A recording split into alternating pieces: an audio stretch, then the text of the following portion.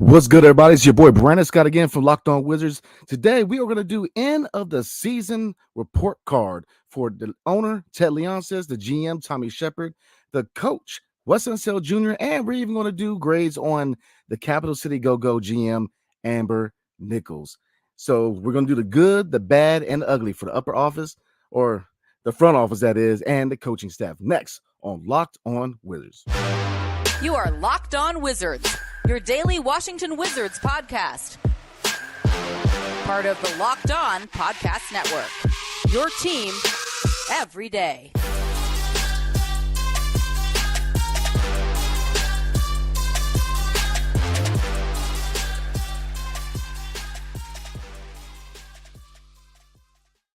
What's up, everybody? It's your boy Brandon Scott again. Thank you for making Locked On Wizards your first listen every day. We are free and available wherever you get your podcasts and on YouTube, part of the Locked On Podcast Network, your team every single day. And today's episode is brought to you by Gametime.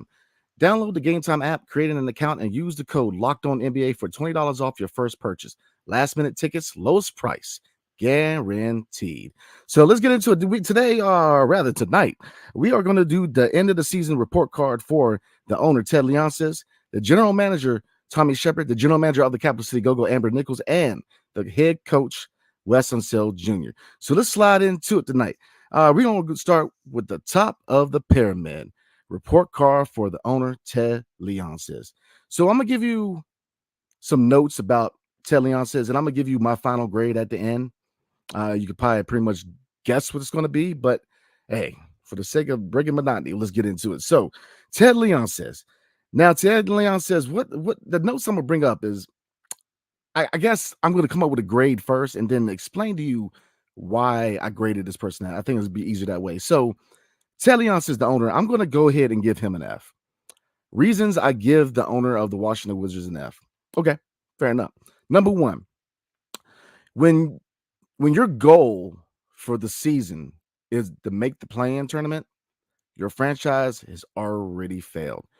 I said it in off season, lead up to this previous season. I said it all regular season, and I'm saying it now, that at the beginning of the year, if your goal as a franchise, any franchise, all 30 franchises in the NBA, if your goal is not to win a championship, you failed. The goal should be to win a championship.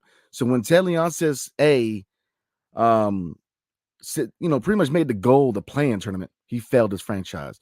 Two, it's a popular opinion around the DMV, the DC area, that Ted Leonsis really, he cares about playoff revenue. He really doesn't care if we go past the first round. If we get bounced out in the first round, at least he gets playoff revenue. And, past performances, if you look at, the 1 year of Russ being here with Bradley Beal, they did the gentleman's sweep against the 76ers. If you look at the John Wall era, 1 year we almost made it to the Eastern Conference Finals. But, with this, under Ted Leonsis, this team has only gone so far. You can argue that, have they pushed their chips to the center of the table enough to really, really provide either John Wall or Bradley Beal, now that he's a franchise guy, the adequate entourage to win a championship? And I'm going to say no. So that's one reason right there that I grade him an F. Two, the never take mentality. He famously said, I will never tank. But then if you look at the second half, especially the last 10 games, this team was tanking. They pulled all their starters out and they were playing the young guys, which a lot of us wanted them to do. I'll say this. I am pro rebuild, but I'm not exactly pro tank. The notion that you lose on purpose, it doesn't sit well with me either. But, if you look at this, they definitely tank in the second half of this season. So that whole never tank mentality is a bunch of bull, because they tanked. But, like I said, a few people have said, asked me, pro rebuild, are you pro tank? No, I'm pro rebuild, but I'm not pro tank. To lose on purpose, and the reason for that, sometimes there's different levels of tanking, and sometimes it is acceptable. But overall, from a fan perspective, when the team tanks, you're cheating the fan base. People are paying. It's the same thing as sitting down starters. When people pay, for example, if I pay for tickets for the Milwaukee Bucks coming to play the Wizards, I'm playing to not only see my team, but I want to see Giannis Antetokounmpo. So if they set him, what's the point? I'm spending all that money for a guy that's not even going to play. So my perspective is kind of the fan perspective. Tanking cheats fans. So my hat goes off to the 76ers fans, how you were able to stomach the process. Number 3, not receptible to criticism. He has proven to not be receptible to criticism of how he conducts his business. My biggest thing with Leonsis again is that you're not doing this city or this fan base any justice, but not aiming for the stars, which is an NBA championship. When people criticize this franchise, a lot of people get the kind of the drift that they're really hesitant to accept criticism. And obviously with their goals going forward, it has little to do with the actual pulse of the fan base, which a lot of us want to rebuild. But obviously they're going forward with this current core of Bradley Beal, Kristaps Porzingis, and Kyle Kuzma. So, those are the 3 reasons why I gave Ted Leonsis an F. His inability to be receptive to criticism, the never tank mentality. I get not wanting to tank, but then when you tank anyways, and then it's abysmal. And number 1, not having a championship as your goal mentality. Beginning of the year, beginning of every regular season, again, championship should be your goal. And it wasn't this year for this team, and it shows. So we're going to move into the general manager, Tommy Sheppard.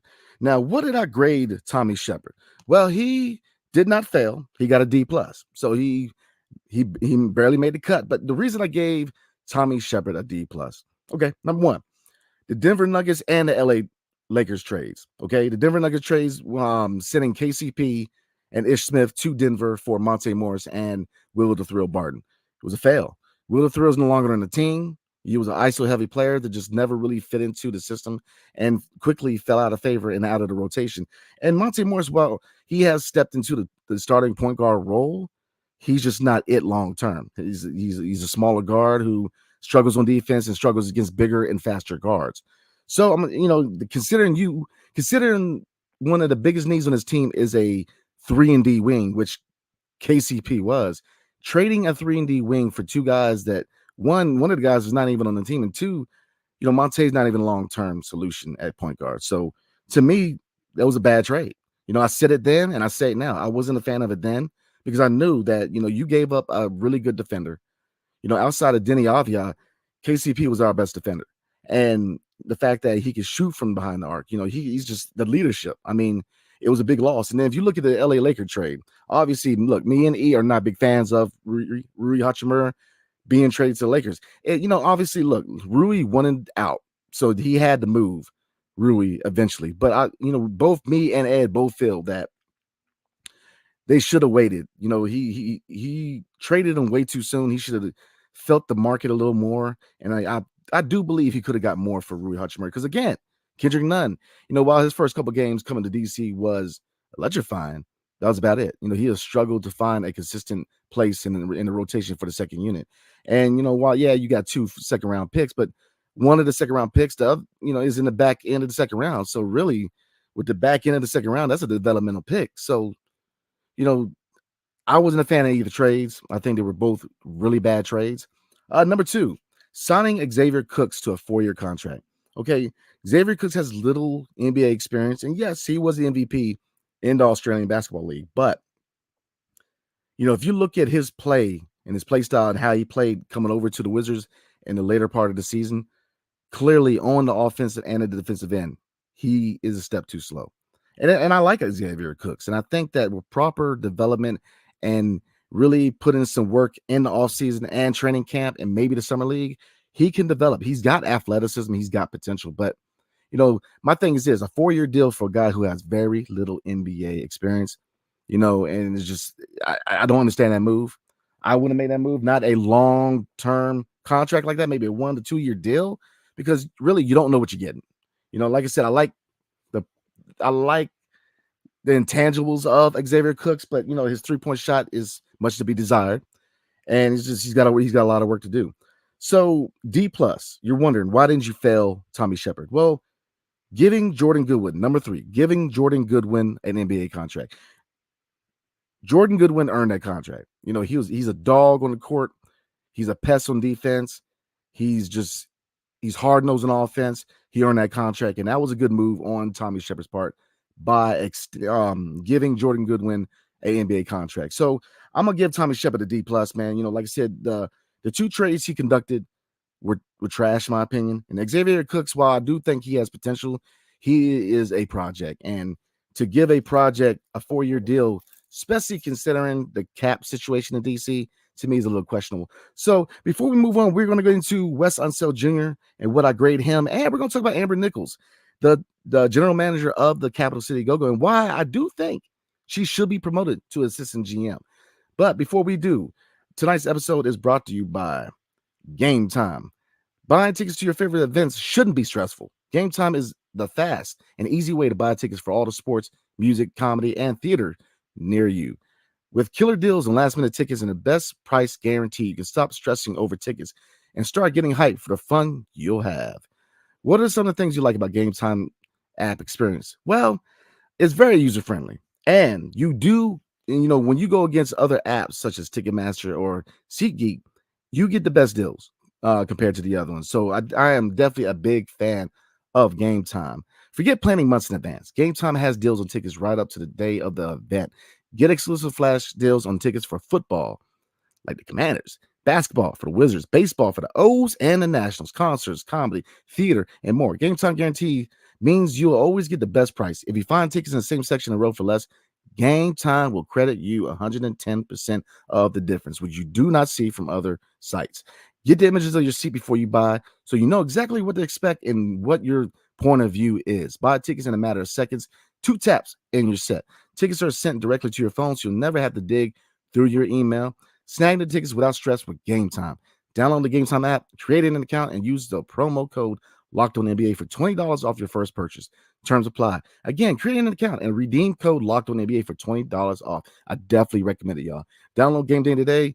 Last minute tickets, lowest price, guaranteed. So let's get into it. All right, now I'm going to get into Wes Unseld Jr., the second-year head coach coming over from Denver, where his MO was defense. Where do I rank Wes Unseld Jr.? I'm going to give him a C-. Why do I give him a C-? Well, number one, lack of adjustments. Big issue for Wes Unseld this year. I get it. Before I really get into Wes Unseld, let me say this. I personally do like Wes Unseld. Coming over from Denver with his MO was defense. You got a lot of accolades from players over there, how he really worked and really got people better at defense, especially Jokic and Michael Porter Jr. But, coming into a situation like the Washington Wizards where, one, you have veteran guys who are either just got paid, fighting for minutes, fighting for contracts, fighting for roles, and B, young guys like Denny, Rui at the time, Corey Kispert, Johnny Davis, who are trying to scratch and find roles. And it's a tricky situation, especially for a guy who has never been a head coach before. But lack of adjustments, not making adjustments, especially at halftime. How many times have we been up by more than 20 points and gave up the lead? Lack of adjustments at halftime. 2, sticking to lineups and not, really mixing and matching lineups. He really sticks to his lineups, and he really doesn't look at, matchups. Because if you look at his roster, you have a lot of guys who can play at multiple positions. You look at KP, he can play the 4, play the 5. Denny can play the 3 and the 4. Kispert, shooting guard and small forward. I mean, the list goes on. I really want to see Unseld really get into matchups and not sticking to his core lineup, which is obviously the tall lineup with, Monte Morris, Bradley Beal, Kyle Kuzma, Kristaps Porzingis, and Daniel Gafford. But I want to see him mix and match a lot more with his lineups because he does have a lot of capability with this lineup with a lot of players with the ability to play multiple positions. And 3, the defense just not there. Like I said, his MO was defense. And the defense has not been much better than it was under Scott Brooks. And Wes Unseld he's got to step it up.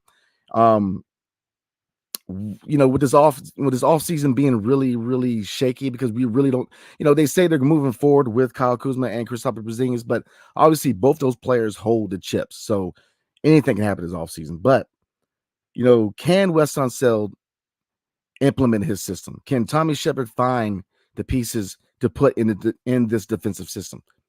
The solid questions to ask, and we shall see. But I give Wes Unseld Jr. a C minus because, while he's had his moments and you do see him kind of learning the job, the lack of adjustments, sticking to his lineup no matter what, and defense not improving for this team are three reasons why I gave him a C minus. So before we end the show with talking about the GM of the Capital City Go-Go, Amber Nichols, tonight's episode is brought to you by PrizePicks.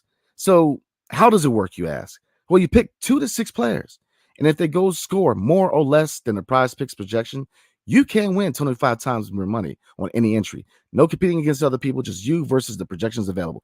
PrizePicks offers projections on any sport that you can watch. This includes the National Basketball Association, the NFL, Major League Baseball, the NHL, PGA golf, college football, men's and women's college basketball, soccer, the WNBA, esports, NASCAR, tennis, mixed martial arts, boxing, disc golf, Euro basketball, cricket, and more. Entries can be made in 60 seconds or less. It is that easy, y'all. Safe and fast withdrawals, currently operational over 30 states and our neighbor to the north and Canada. Don't download the PrizePicks apps or go to prizepicks.com to sign up and play daily fantasy sports. First-time users can receive 100% instant deposit match up to $100 with promo code locked on. If you deposit $100, PrizePicks will give you $100. If you deposit $50, PrizePicks will give you $50. Don't forget the promo code locked on and sign up for an instant deposit match up to $100. And thank you for making Locked On Wizards your first listen every day. Every dayers. Tomorrow, we are going to do grades for the starting unit. Monte Morris, Bradley Beal, Kyle Kuzma, Kristaps Porzingis, and Daniel Gafford. So definitely tune in for tomorrow's show. So before we roll tonight, and definitely appreciate everybody showing tonight, we are definitely, we're gearing up for the offseason, and we're going to have a lot of content for our blueprint, me and E's blueprint for this franchise for the offseason, who stays, who goes, and we're going to do a lot of stuff for the draft. And so definitely gear up, definitely tune in because we're going to be putting out a lot of content going into the off season. So finally, we the two kind of wrap up everything. Leonsis got an F, Tommy Sheppard got a D plus, and Wes Unseld Jr. got a C minus. So, while I do not need to talk about this person, I'm going to, because I think this person, obviously the Capital City Go-Go is the G League affiliate of the Washington Wizards, but I'm gonna go ahead and grade the general manager of the Capital City Go-Go, Amber Nichols. And the reason for that is because I'm a big fan of her. She has done a great job with this team. What do I grade her? Easy, A plus. She has done a tremendous job with the Capital City Go-Go. Why do I give her an A plus? Simple. Second year in the playoffs. This team is a playoff team. This team is good. They show progress. This is a really good team. Two, when a need arises, with injuries or with COVID like last season, these players have been able to come up and be NBA ready players and contribute right away. Whether it was Jordan Goodwin, whether it was Jay Huff, whether it's Quentin Jackson, they're getting these guys ready to contribute if the need arises for the Washington Wizards. And that falls on her. And number three, Jordan Goodwin, Quentin Jackson, and Jay Huff. Those three guys that came in and played great for the Washington Wizards. And Jay Huff, again, winning Defensive Player of the Year for the G League. Quentin Jackson, the human highlight reel. And Jordan Goodwin earning an NBA contract from a two-way contract. So I believe a lot of that has to do with Amber Nichols and how she's building that team. So again, A plus for Amber Nichols. So that is my grades for the owner of the Washington Wizards, Ted Leonsis, general managers Tommy Sheppard and Amber Nichols, and head coach Wes Unseld. So again, these are my end of the season grades for these four people. Now, obviously, Ed is probably going to do his grades on the next episode. So he's going to give you his 4 grades for Ted Leonsis, Amber Nichols, Tommy Sheppard, and Wes Unseld. But definitely tune in tomorrow because, like I said, going into the offseason, obviously the playoffs are going on. So, most, if you're, other teams, if they're, if their teams made the playoffs, fans are looking at the playoffs. But, for this team going forward, we are going to talk a lot about the draft because obviously, another thing, today we actually lost the tiebreaker versus the Indiana Pacers. So the likelihood is we're going to be drafting around the 8th and the 9th spot, which, hey, is usually where we draft anyway. So, we are definitely going to talk about what are the best prospects for our draft position, who stays, who goes in off season, and we're going to put out a lot of content for y'all, man. So, and again, before we roll out, appreciate y'all, man. This is my first season here at Locked On Wizards. Definitely shout out to Ed, man, who, he brought me along, brought me on here, and it's been fun and it's been a blessing. be able to talk basketball with you guys. And I'm ready for another year, man. Me and Ed talking Wizards basketball for the next season, man. So definitely I'm gonna go ahead and call it a night, but I definitely appreciate everybody. Thank you for making Locked On Wizards your first listen every day. Every dayers. Tomorrow on the show, we are gonna do the end of the season report card for the starting unit with Monte Morris, Bradley Beal, Kyle Kuzma, Kristaps Porzingis, and Daniel Gafford. So again, I appreciate everybody. Hail to the Wizards